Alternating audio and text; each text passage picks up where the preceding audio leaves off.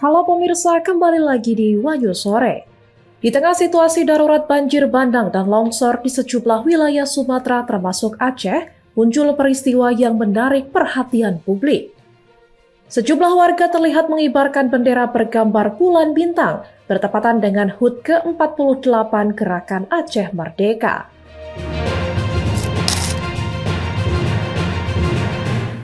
Informasi lainnya pemirsa, anggota Komisi 1 DPR RI dari fraksi Gerindra, Endi Patwijaya, meminta Kementerian Komunikasi dan Digital terus memperbarui informasi penanganan banjir dan longsor di Aceh, Sumut, dan Sumbar.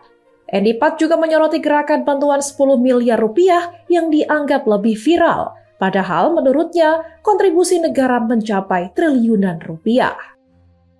Pemirsa, inilah Wahyu Sore selengkapnya.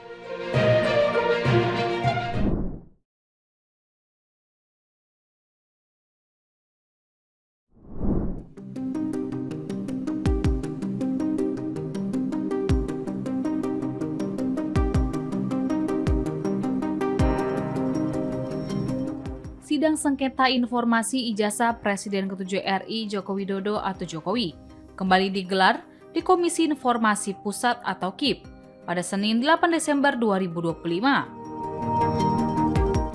Adapun sidang sengketa informasi terkait ijazah Jokowi ini merupakan sidang gugatan yang diajukan dari Leoni Lydia ke KPU RI, KPU DKI Jakarta, dan KPU Surakarta. Leoni Lydia yang termasuk dalam kelompok bongkar ijazah Jokowi atau Bon Jovi bersama dengan Lukas Luarso dan Herman. Dalam kesempatannya, tim Bon Jovi menanyakan terdapat perbedaan gelar yang digunakan Jokowi.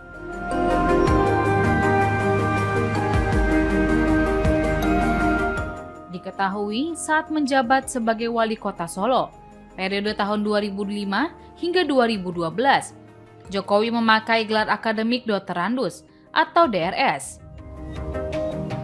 Sampai akhir masa jabatannya sebagai wali kota Solo, Jokowi masih memakai gelar doktorandus.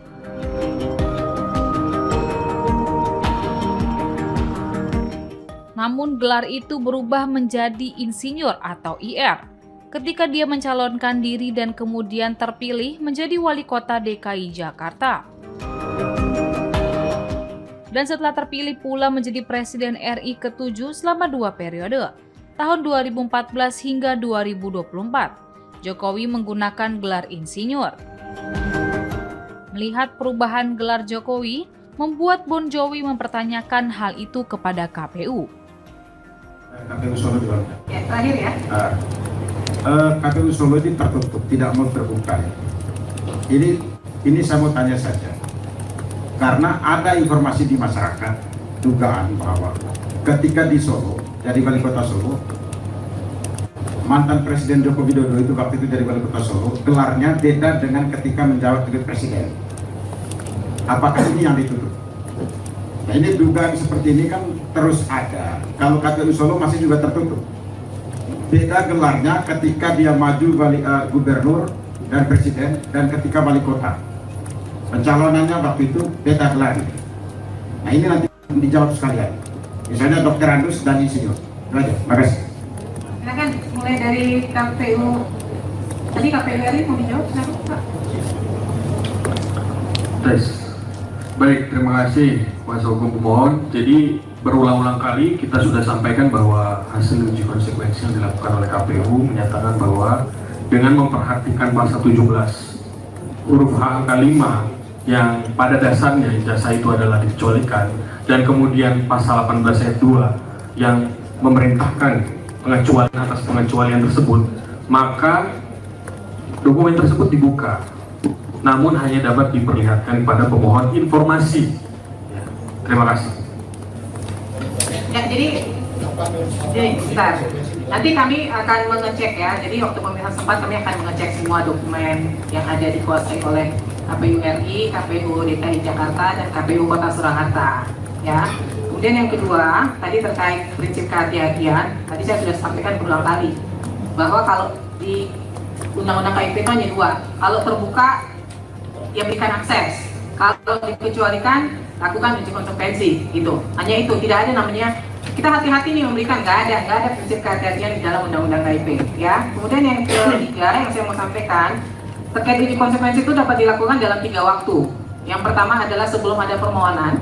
Yang kedua adalah ketika ada permohonan silakan dilakukan uji konsekuensi, dan yang ketiga adalah atas perintah majelis. Pertanyaan saya kepada KPU RI, apakah kemudian KPU Kota Surakarta berwenang untuk melakukan uji konsekuensi atau uji konsekuensi dilakukan oleh KPU RI? Kalau di dalam PKPU sebelumnya 22 tahun 2023 itu semua dilakukan oleh KPU RI. Iya. Tapi dengan perubahan yang baru sedang harmonisasi dan hasilnya belum ditetapkan, itu nanti akan dilakukan oleh KPU RI dan KPU provinsi. Berarti sekarang belum ya? Belum berlaku kan? Belum. Nah, itu gimana tuh? KPU Kota Surakarta kok melakukan uji konsekuensi? Mengusulkan. Berarti belum. Jadi Bukan gini loh. Sudah diusulkan? Sudah masuk ke KPU RI? Sudah. Terus kemudian tahapannya bagaimana? Karena sampai saat ini sedang ada persidangan, akhirnya belum kami lakukan uji konsekuensi terhadap hal tersebut. Jadi gini, artinya sekarang seluruh KPU se-Indonesia masih mengacu kepada hasil uji konsekuensi yang dilakukan oleh KPU RI. Betul. Betul kan? Betul. Pertanyaan saya sama KPU Solo, silakan Anda nanti KPU Kota Surakarta, silakan Anda coba pertimbangkan. Ketika sekarang masih mengacu ke KPU RI menyatakan informasi yang dimohonkan di poin B terbuka, KPU DKI Jakarta menyatakan terbuka. Apa yang menjadi pertimbangan KPU Kota Surakarta menyatakan ini dikecualikan? Saya rasa KPU RI sebenarnya tidak perlu melakukan uji konsekuensi, orang dia nyatakan terbuka kok, ini kalau dilakukan uji konsekuensi blunder lagi. Gitu loh, karena kan pusatnya di RI sudah menyatakan terbuka. Gimana tuh? Apa sih dasarnya dikecualikan, apa sih? Jadi kalau di Solo itu, satu, memang kita harus menyatakan bahwa ada prinsip kehati-hatian yang kita harus pertimbangkan. Satu, karena kita KPU di daerah. Ya, Yang kedua, seluruh informasi yang disampaikan itu mengandung informasi pribadi yang harus dilindungi. Nah kami, karena kewenangannya itu harus mengusulkan, ya itu yang kami coba. Pak, saya bingung apa bedanya KPU daerah dengan KPU RI, apa bedanya KPU Kota Surakarta dengan KPU DKI Jakarta, itu bedanya apa Pak? Saya malah ingin Anggarannya dari mana Pak? Ya, anggaran dari KPU RI, tapi kalau pilkada dari daerah. Iya, daerah APBN kan? APBD. APBD kan? Iya. Undang-undang keterbukaan informasi kan masuknya ke APBN, APBD, sumbangan masyarakat dan bantuan luar negeri adalah badan publik Pak. Bapak bagian badan publik bukan? Iya betul. Apa yang membedakan badan publik KPU Kota Surakarta dengan badan publik KPU DKI Jakarta? Kalau berkaitan ini malah saya ingin sampaikan bahwa KPU Kota Surakarta itu badan publik daerah. Iya, terus? Yang harusnya kewenangannya itu ditangani oleh KIP provinsi. Pak, Bapak bilang ditangani oleh KIP provinsi, sementara uji konsekuensinya mengacu ke RI. Iya, itu Struktural bukan Bapak? struktur di kami. Struktural kan? Iya. Ya, struktural kan? Berarti secara sistem Bapak tuh ada di bawah KPU RI kan? Secara hierarki, tetapi ketentuan kita mengatakan bahwa KPU Kota Solo atau KPU daerah itu berkedudukan di kabupaten, Betul. di kota. Betul.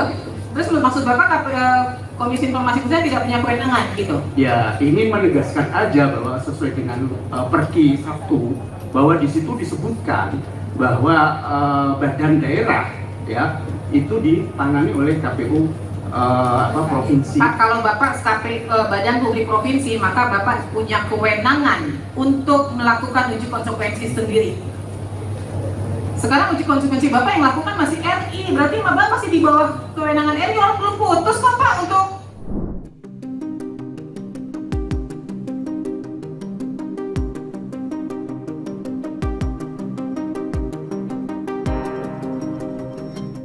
Menteri Keuangan Purbaya Yudisadewa menjelaskan anggaran bencana masih memadai untuk program rehabilitasi usai banjir dan longsor menerjang Aceh, Sumatera Utara, dan Sumatera Barat.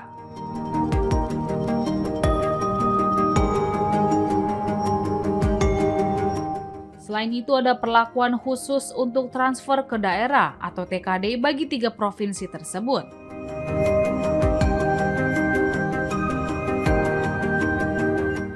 Ia memastikan dananya cukup untuk dilakukan rehabilitasi terhadap seluruh infrastruktur.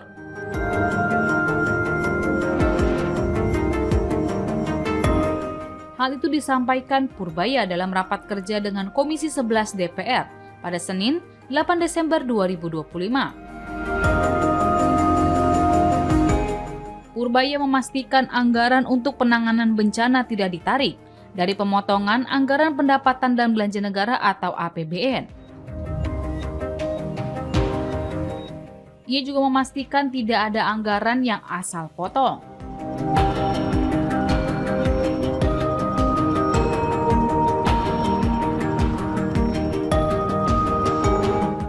Anggaran tersebut akan diambil dari efisiensi atas rapat-rapat yang tidak jelas.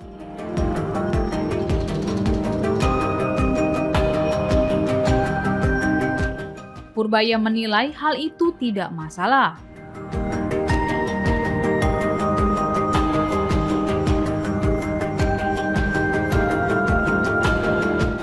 Melihat pernyataan bendahara negara ini sontak memantik kehebohan.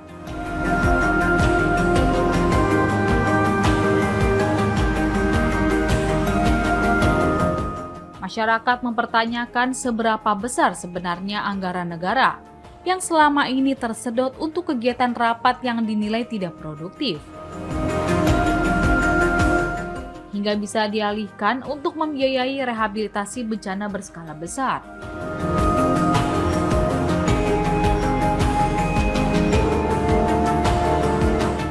Dalam keterangannya, Purbaya menegaskan bahwa pemerintah telah menyiapkan dana khusus untuk pemulihan.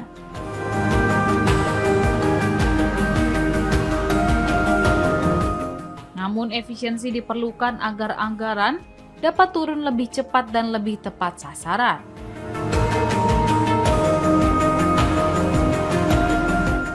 Publik juga bertanya-tanya terkait berapa sebenarnya porsi anggaran rapat yang tidak jelas hingga mampu menopang kebutuhan penanganan bencana sebesar itu.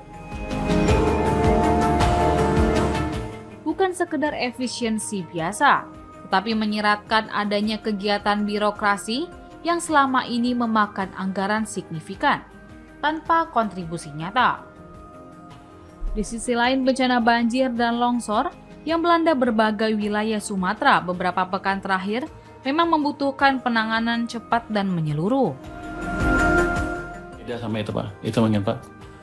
Terus dari Pak Holik ya, untuk bencana mungkin nanti BNPB atau Pak Presiden yang akan menjelaskan lebih detail tentang bencana, tapi ya sudah dialokasikan dengan cukup besar untuk rehabilitasi sistem perekonomian di sana, seluruh infrastruktur saya pikir sudah tertutup, ada dananya cukup, dan nanti untuk 3 provinsi di sana ada perlakuan khusus untuk transfer ke daerahnya Pak. Bung, itu dari kami itu Pak. Terima kasih Pak Ketua. Sedikit Pak Ketua.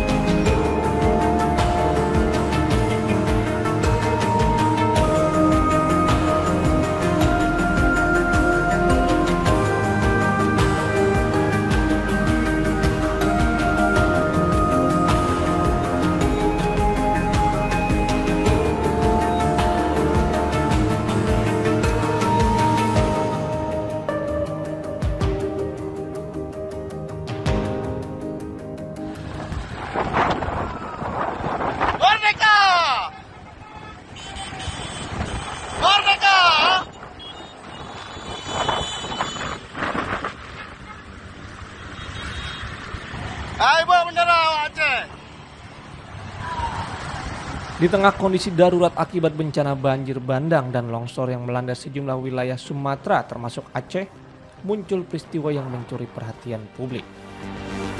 Sejumlah warga terlihat mengibarkan bendera bergambar bulan bintang yang bertepatan dengan peringatan HUT ke-48 Gerakan Aceh Merdeka atau GAP.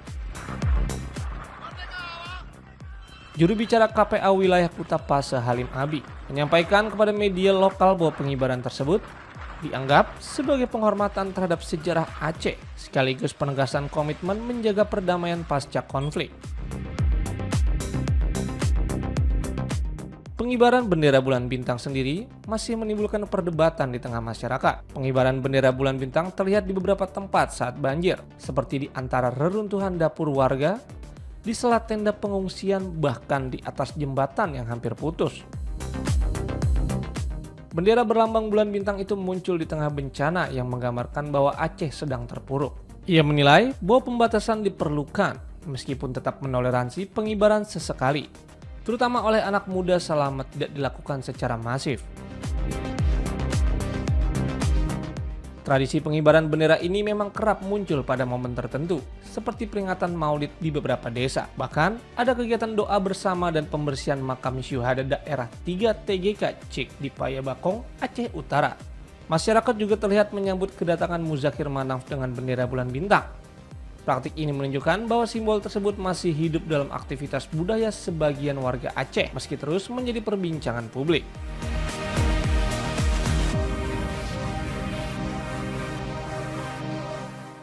Tapi ialah hantu anak muda saja kan aku. Terkait dengan banyaknya sudah beredar video pengibaran bendera bulan bintang Pak Gub di Aceh saat ini, bagaimana tanggapan Pak Gub? Ya terserah, kita himbau tidak menaikkan. Tapi ialah hantu anak muda saja kan aku.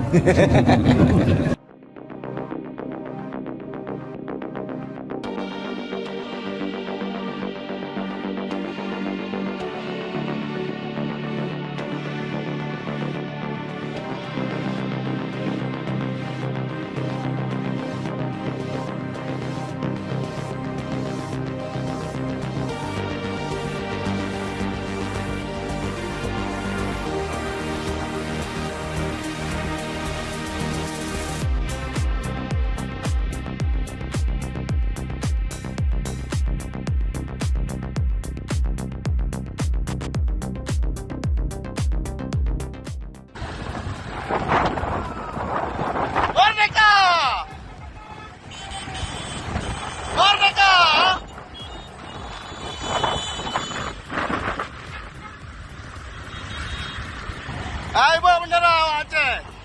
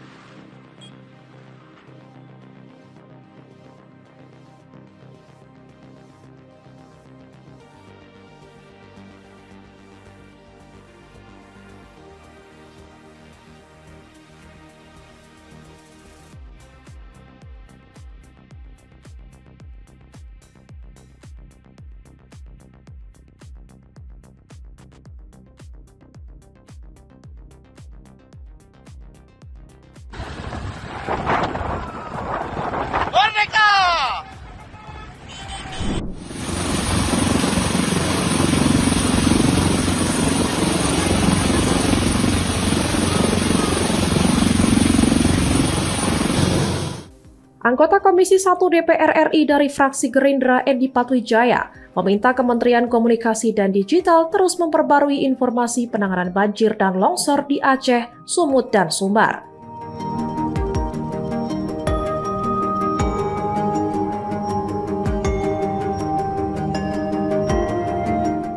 Dalam rapat dengan Menkom Digi Mutia Hafid, ia menegaskan pentingnya pemerintah tetap menguasai narasi soal penanganan bencana.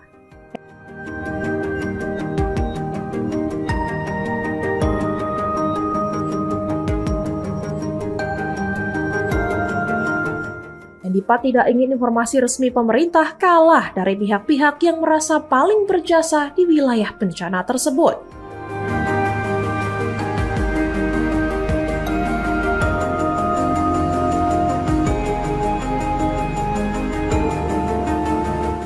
Ia mengatakan ada kelompok yang seolah-olah menjadi pahlawan dan sok paling Aceh padahal hanya muncul 1 atau 2 kali di lokasi bencana.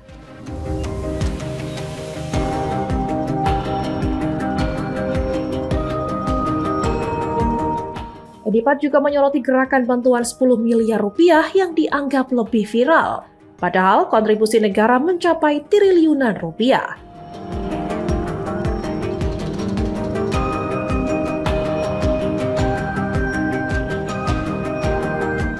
Menurutnya, pemerintah telah hadir sejak awal bencana dan sudah mendirikan ratusan posko, jauh lebih banyak dari pihak-pihak yang baru datang belakangan.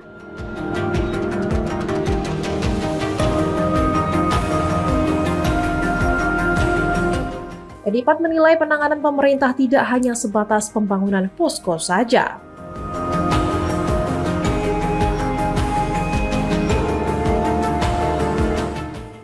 Orang bawah sehingga selalu aja Kementerian Kehutanan itu dikuliti dan macam-macamin lah Bu. Padahal mereka sudah melakukan banyak hal. Sebagai contohnya lagi teman-teman polisi juga dari awal juga sudah melaksanakan tindakan-tindakan yang dibutuhkan untuk perbaikan hutan di Sumatera. Tetapi tidak pernah juga terdengar secara masif.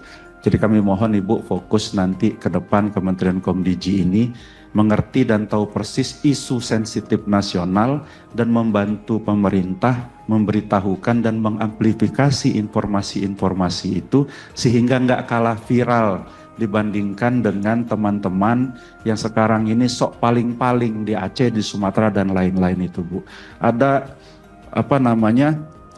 orang yang cuma datang sekali seolah-olah paling bekerja di Aceh, padahal negara udah hadir dari awal. Ada orang baru datang, baru bikin satu posko, ngomong pemerintah ndak ada, padahal pemerintah udah bikin ratusan posko di sana. Jadi yang kira-kira yang seperti itu Bu, mohon jadi atensi dan dikembangkan sama Komdiji untuk menjadi informasi publik yang sehingga publik itu tahu kinerja pemerintah itu sudah ada dan memang sudah hebat. Orang per orang cuma nyumbang 10 miliar, negara udah triliun-triliunan ke Aceh itu Bu. Jadi yang kayak gitu mohon dijadikan perhatian sehingga ke depan tidak ada lagi informasi yang seolah-olah negara tidak hadir di mana-mana. Padahal negara sudah hadir sejak awal di dalam penanggulangan bencana. Kami tahu persis kok Komisi 1 mendorong Angkatan Udara hari pertama langsung ada 4-5 pesawat datang ke sana. Tapi dibilang nggak pernah hadir. Nah mungkin itu karena kita kalah dalam menginformasikan. Nah, walaupun nanti misal Pak Utut izin dibutuhkan sumber daya dalam bentuk anggaran untuk Komdiji untuk bisa mengaplikasi itu, kita izin sama-sama memperjuangkan entah gimana caranya Pak. Supaya nanti Komdiji bisa dibantu dalam urusan mengembangkan informasi yang sudah dilakukan oleh pemerintah. Saya pikir itu aja Pak, nggak bertanya karena nanti saya izin jalan Bu, jadi nggak perlu dijawab, cuman masukan. Terima kasih Pak Utut atas kesempatannya. Assalamualaikum warahmatullahi wabarakatuh. Edipat berharap tidak ada lagi anggapan bahwa pemerintah tidak hadir dalam penanganan bencana, karena menurutnya negara sudah bekerja sejak hari pertama. Edipat juga menyampaikan bahwa kepolisian turut melakukan penyisiran kawasan terdampak dan membantu memperbaiki kondisi hutan di Sumatera. Karena itu, ia ingin Komdiji berada di garis depan dalam mengomunikasikan seluruh langkah pemerintah ke publik.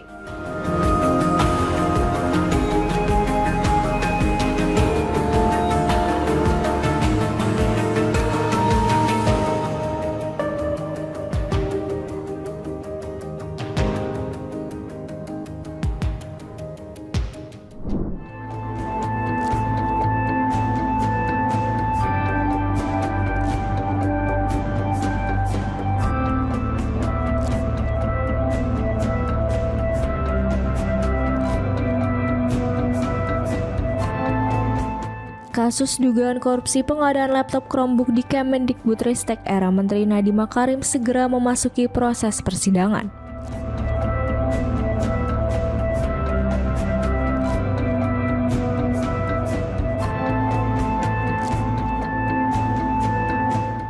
Kejaksaan Agung mengumumkan bahwa nilai kerugian negara dalam proyek digitalisasi pendidikan tersebut membengkak lebih dari 2,1 triliun rupiah dari angka 1,9 triliun rupiah.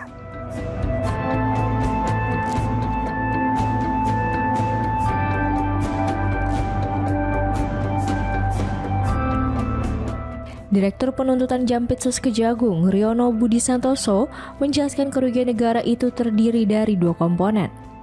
Kelebihan harga pengadaan Chromebook yang mencapai sekitar 1,56 triliun rupiah dan pembelian Chrome Device Management senilai 621 miliar rupiah yang dinilai tidak diperlukan serta tidak memberikan manfaat.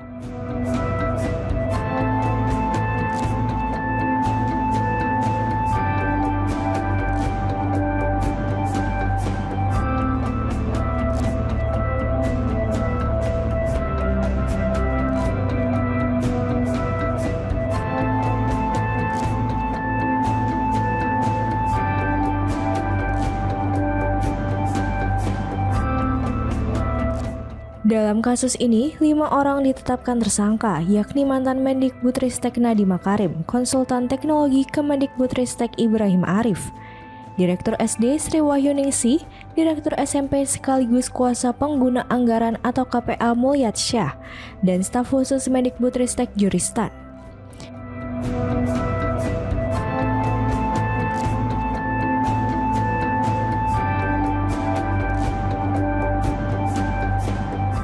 Penyidikan menemukan bahwa Nadiem diduga memerintahkan perubahan hasil kajian tim teknis yang sebelumnya menyatakan spesifikasi pengadaan TIK tidak boleh diarahkan pada sistem operasi tertentu.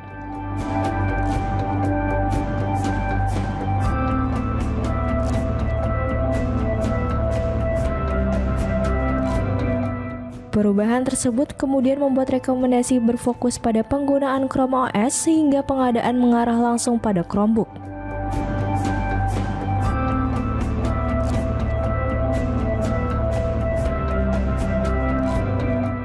Kejagung menilai tindakan ini tidak hanya mengunci proses pengadaan pada produk tertentu, tetapi juga menguntungkan banyak pihak secara melawan hukum, termasuk adanya dugaan penerimaan uang oleh oknum pejabat.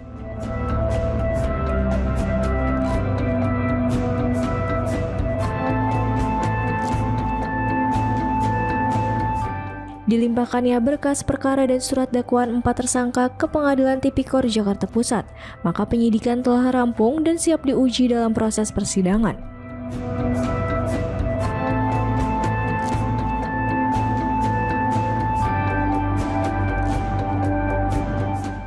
Sehingga total kerugian negara mencapai lebih dari 2,1 triliun rupiah.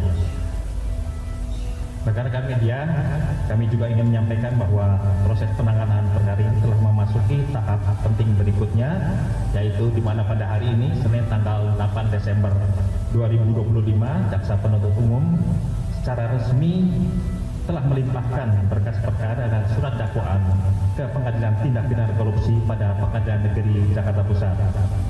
Dengan demikian, penanganan perkara ini secara resmi memasuki fase persidangan di pengadilan dengan 1.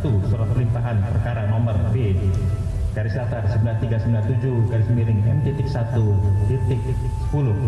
garis miring FP.1 garis miring 12 garis miring 2025 tanggal 8 Desember 2025 atas nama terdakwa Nadiem Makarim selaku Menteri Pendidikan, Kebudayaan, Riset dan Teknologi atau Mendikbudristek tahun 2019 sampai dengan 2024. 2. Surat pelimpahan perkara nomor B garis datar 9403 garis miring M.1.10 garis miring FPT1 garis miring 12 garis miring 2025 tanggal 8 Desember 2025 atas nama terdakwa Ibrahim Arif selaku konsultan teknologi pada Kemendikbudristek. 3. Surat pelimpahan perkara nomor D garis datar 9399 garis miring M.1.10 garis miring FT.1 garis miring 12 garis miring 2025 tanggal 8 Desember 2025 atas nama terdakwa Mulyat Syah selaku Direktur Sekolah Menengah Pertama pada Direktorat Jenderal Pendidikan Anak Usia Dini, Pendidikan Dasar dan Pendidikan Menengah pada tahun 2020 sampai dengan 2021 sekaligus kuasa pengguna anggaran atau KPA di lingkungan Direktorat Sekolah Menengah Pertama tahun anggaran 2020 sampai dengan 2021. surat pelimpahan perkara nomor B garis datar 9401 garis miring M.1.10 garis miring FT.1 garis miring 12 garis miring 2025 tanggal 8 Desember 2025 atas nama terdakwa Sri Wahyuningsih selaku Direktur Sekolah Dasar pada Direktorat Jenderal Pendidikan Anak Usia Dini, Pendidikan Dasar dan Pendidikan Menengah pada tahun 2020 sampai dengan 2021.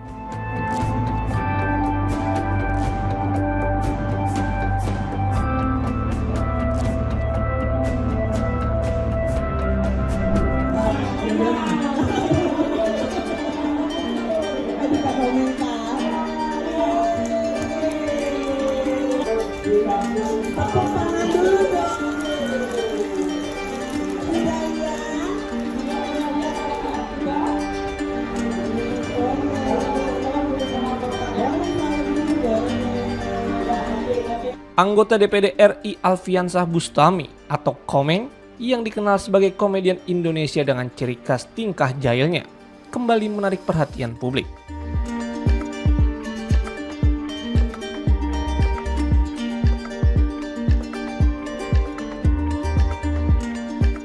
Kali ini bukan melalui penampilannya sebagai komedian, melainkan lewat kepeduliannya terhadap korban bencana alam banjir bandang dan longsor.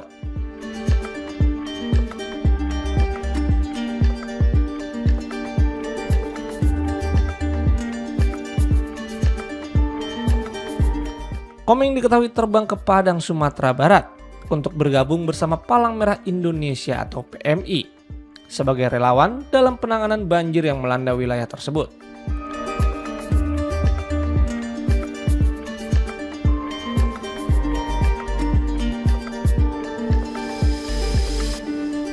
Di lokasi pengungsian, Komeng terlihat aktif berinteraksi dengan warga terdampak.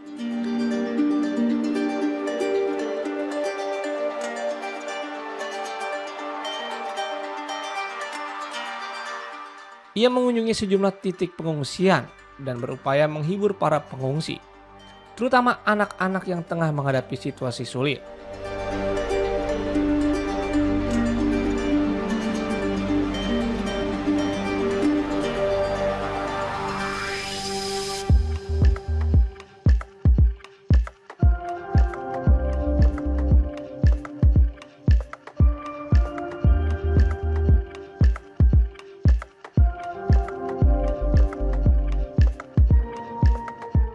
Kehadirannya disambut hangat oleh warga yang terlihat antusias saat diajak bercengkrama.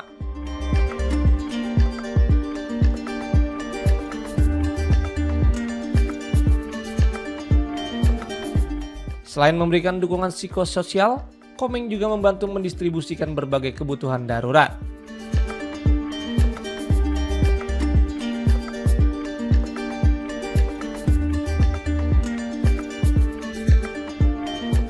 Dalam sebuah rekaman video yang beredar di media sosial, ia terlihat membagikan air bersih kepada para pengungsi sebagai bagian dari upaya memenuhi kebutuhan dasar warga terdampak.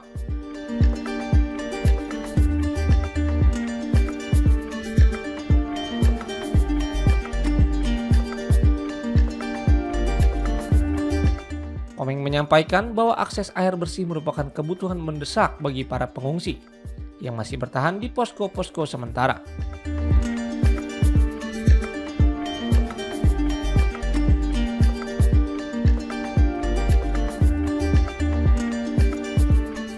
Ia menekankan pentingnya memastikan kebutuhan tersebut terpenuhi demi menjaga kesehatan masyarakat di tengah kondisi darurat.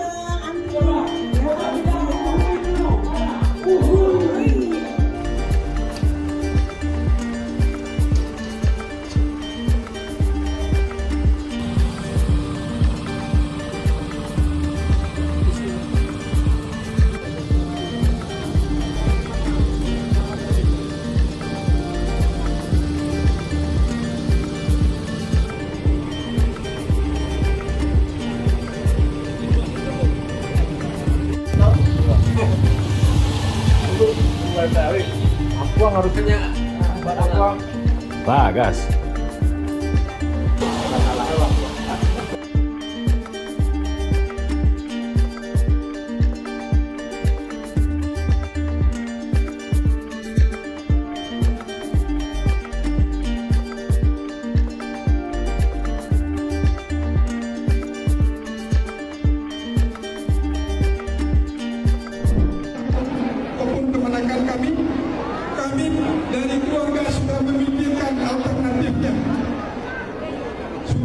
pesan.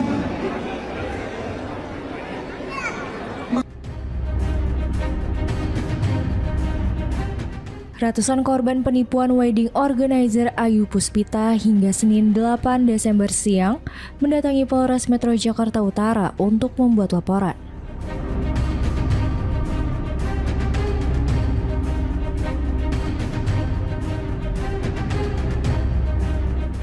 Polisi telah mengamankan pemilik serta 4 karyawan PT APS yang tengah viral dan kini mereka sedang menjalani pemeriksaan.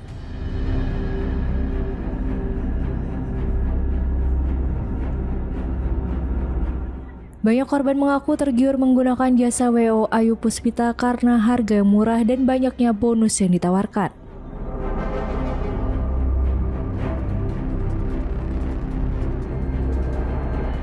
Wedding organizer tersebut dilaporkan karena menyebabkan kerugian mulai puluhan hingga ratusan juta rupiah bagi kliennya.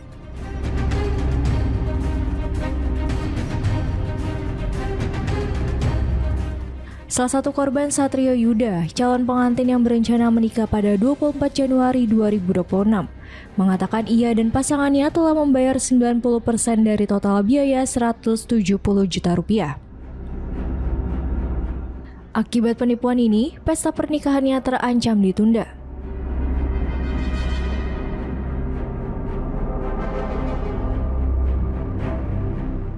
Satrio mengaku menggunakan jasa WO tersebut karena tergiur harga murah dan bonus yang ditawarkan.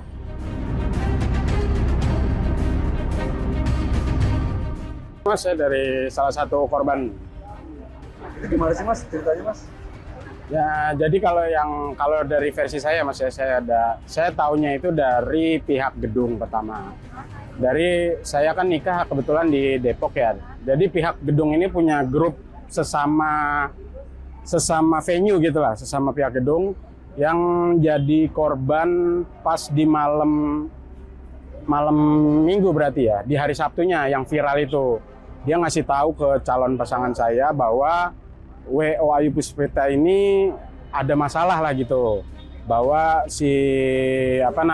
yang menikah itu tidak datang cateringnya. Nah, kebetulan saya nikah di tanggal 24 Januari besok.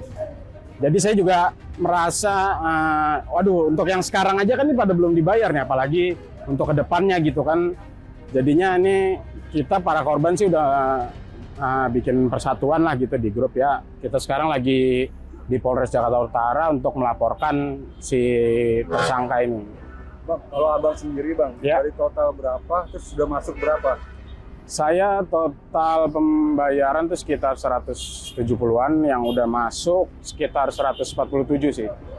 Itu untuk gedung aja atau semuanya?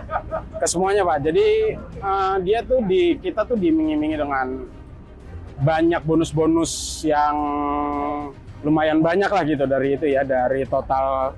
Jadi kan kita ada pembayaran tuh ada 3 termin gitu. Jadi untuk termin pertama itu DP 50%. Nah terus ntar dari marketingnya tuh biasanya WhatsApp. Untuk kalau mau pembayaran lagi, ntar kita dapat beberapa bonus-bonus. Jadinya banyak yang tergiur lah. Jadinya gitu.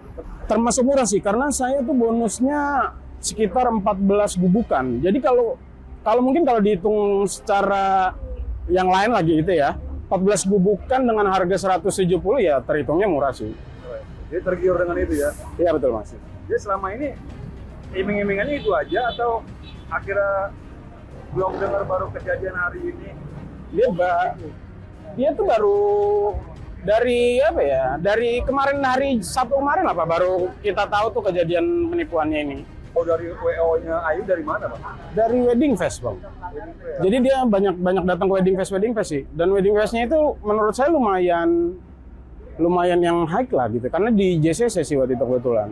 Ada berapa total teman-teman yang kena tipu yang setahu abang, terus berapa sih kerugiannya ya? Kalau dilihat dari grup korban ya sekitar 200 lebih pasangan sih Mas. Kalau total nominalnya itu yang kita tahu sekitar 16 sampai 17 miliar tuh. Iya.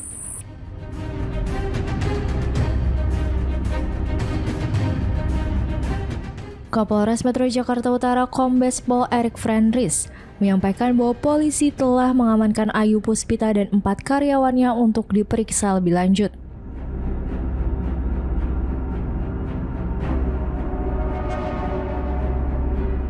Penipuan ini berawal dari penerimaan pembayaran untuk pelaksanaan resepsi, namun acara tidak sesuai kesepakatan.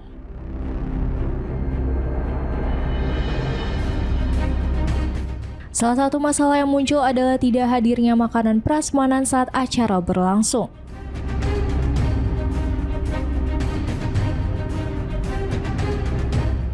Dalam waktu dekat, polisi akan menggelar perkara untuk menindaklanjuti kasus ini.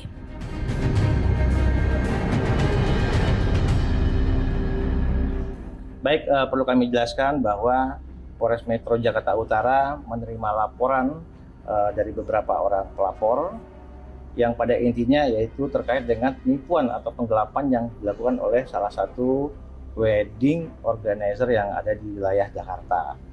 Untuk laporan sudah masuk 2 hari yang lalu, kemudian tadi malam diamankan beberapa orang yang terkait dengan permasalahan tersebut, di mana kronologisnya yaitu WO ini sudah menerima uang untuk melaksanakan acara pernikahan atau resepsi, kemudian pada hari hanya tidak terlaksana sesuai dengan kesepakatan.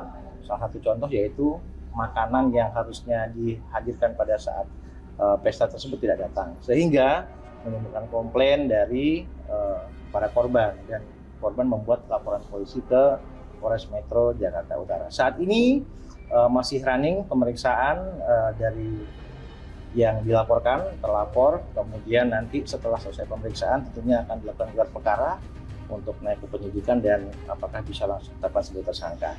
Saat ini para terlapor masih berada di Polres Metro Jakarta Utara. Ada 5 orang yang sedang kami periksa dari perusahaan PT APS tersebut, dan saat ini kami masih menunggu hasil pemeriksaan, termasuk dari korban. Yang lain juga masih pada berdatangan. Ternyata banyak korban yang menjadi korban dari WO tersebut. Saat ini laporan yang masuk sekitar berapa orang? Laporan yang masuk ada. Yang pasti untuk TKP Jakarta Utara 1. Namun ada beberapa kejadian di tempat lain yang tentunya nanti akan beririsan juga dengan Polres Jakarta Utara yang nanti akan kami follow up juga. Apabila nanti lintas wilayah, kemungkinan kami akan berkoordinasi dengan Polda untuk TKP penanganannya. Untuk 5 yang sudah diperiksa ini, apakah termasuk pemiliknya Pak Kapolres? Ya, ada pemilik, ada manajer, dan ada karyawan. Pelaku ditangkap di mana? Diamankan di wilayah Jakarta Timur oleh Polres Jakarta Timur. Informasi dari warga, kemudian warga bersama Polres Jakarta Timur menyerahkan ke Polres Jakarta Utara karena memang LP yang sudah ada yang terjadi ada di Polres Metro Jakarta Utara. Sejauh ini kerugian berapa? Iya, kerugian Pak Kapolres? Masih dihitung karena dari awal sampai akhir ini kan banyak korban-korban baru. Jadi kami belum bisa memastikan jumlah kerugian yang diderita para korban. Nanti akan kami cek, akan kami lanjut. Baru tadi malam soalnya masih running pemeriksaan. Bang, kalau dilihat di Polres itu banyak korban yang datang, Bang. Ya. Jadi satu doang dari Jakarta Utara, selebihnya dari mana sih Mas paling banyak? Ya, ada beberapa wilayah Jakarta, tidak hanya dari Jakarta Utara. Tentunya kami akan menerima semua di laporan, nanti kami akan klasifikasi mana wilayah utara, mana selatan, atau mana pusat, dan lain-lain. Kemudian kami akan koordinasi dengan Polda untuk penanganan lebih lanjutnya. Apakah ada barang bukti atau alat bukti yang sudah diamankan Pak Kapolres sejauh ini? Nanti hasil gelar perkara, apakah barang bukti apa saja yang akan ditetapkan sebagai barang bukti, kami masih menunggu hasil gelar perkara nantinya. Terima kasih Pak Kapolres.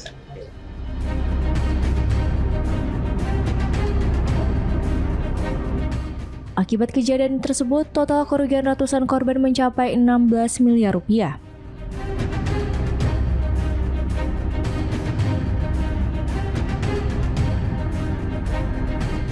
Para korban berharap uang yang telah mereka bayarkan dapat dikembalikan oleh pihak wedding organizer.